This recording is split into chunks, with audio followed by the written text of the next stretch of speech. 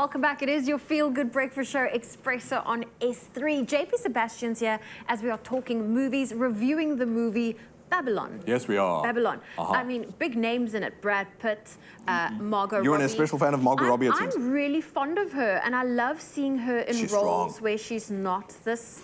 She is going to be Barbie, but where she's not the little typical model Hollywood Barbie. Yeah. It's just, she's been pretty...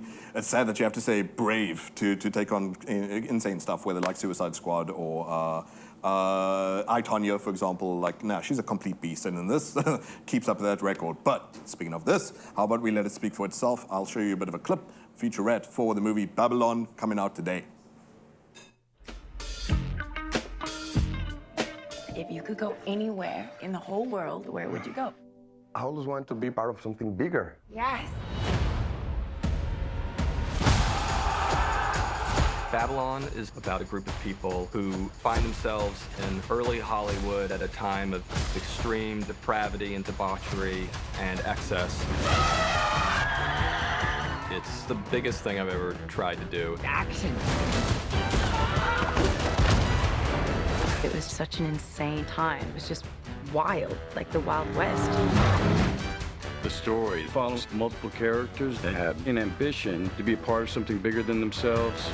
We've got to innovate. We've got to inspire.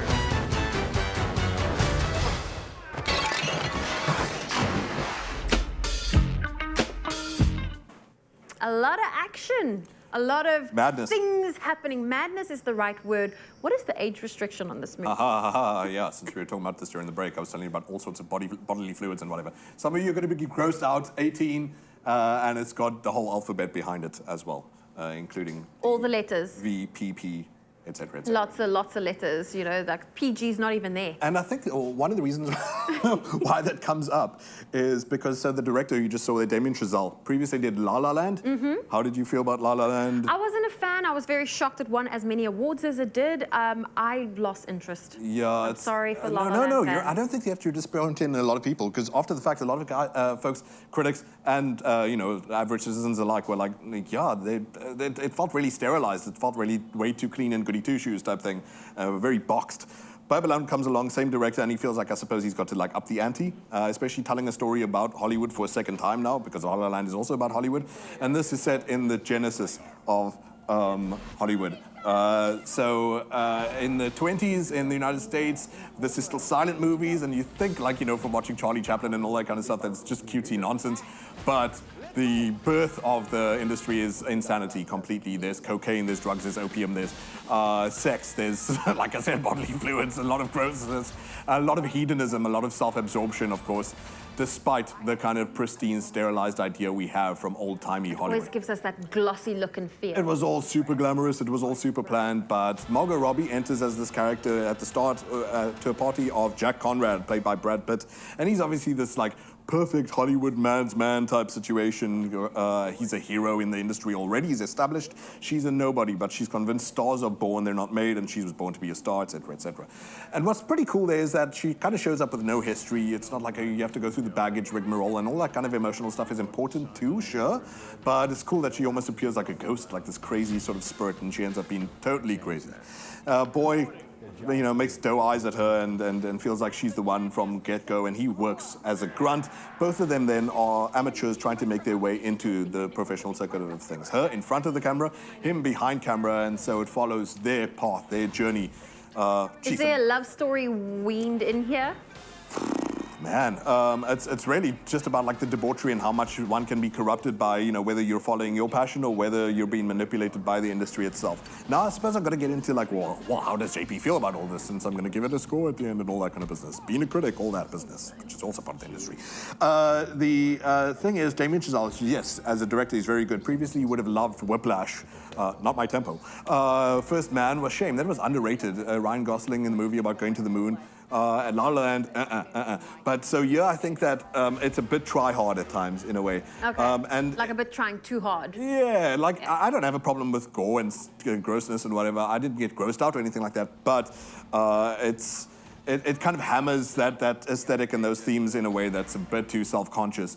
So it almost gets lost in the woods of, well, what was the point you were trying to make at the outset of this? And if you're going to make a movie that's, geez, guys, 3 hours long, and you're trying to bite off a bit more than you can chew, telling the story about story making, then imagine, for example, being in university and you have to write an essay about essay writing. That so thing you've got has to circles, be... it's not getting to the point. Yeah, and it's got to be, like, incredible. It's got to hit all its marks to get top marks.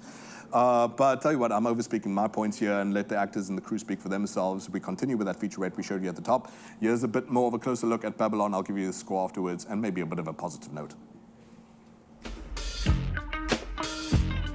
Jack Conrad is the biggest film actor at the top of his game, and he's calling a lot of the shots. Take 2 frames off the tail and 3 more off the head. Manny is our guide through the story. He's our eyes and ears from an outsider's point of view. He's a dreamer, someone that is trying to find his way. You can feel it.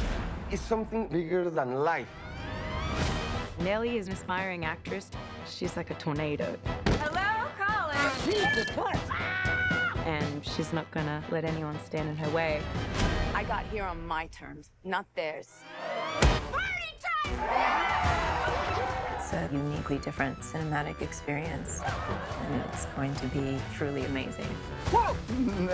It shows a side of Hollywood beyond what you could have imagined. I'm in so much trouble. People are going to be really shocked to see how crazy it was. Is this going to be what it's going to be?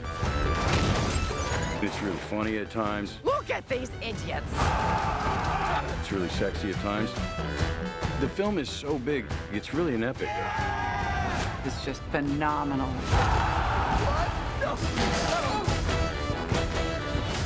Ain't life grand?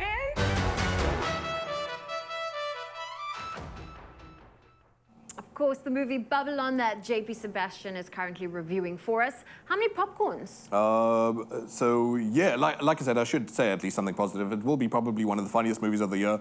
Some things are treated a bit indelicately because you do have to, and it does try to talk about, say, racism in the industry and sexism in the industry as well. But 7 out of 10 is what I would give this. That's a strong score. Good for it. Damien Chazelle, I think a lot of an improvement, obviously, on stuff like La La Land.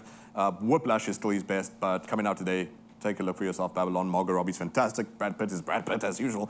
And yeah, part of it, fascinating phenomenon about movies. Going back to, with Margot Robbie and Brad Pitt, Once Upon a Time in Hollywood. But there's a whole lot more Expresso to go on to, so JP's ever speaking yet. Oh, well, no, listen, we love having you here, JP. Thank you for bringing these movies to our forefront. And 7 out of 10 is a good score in JP's world.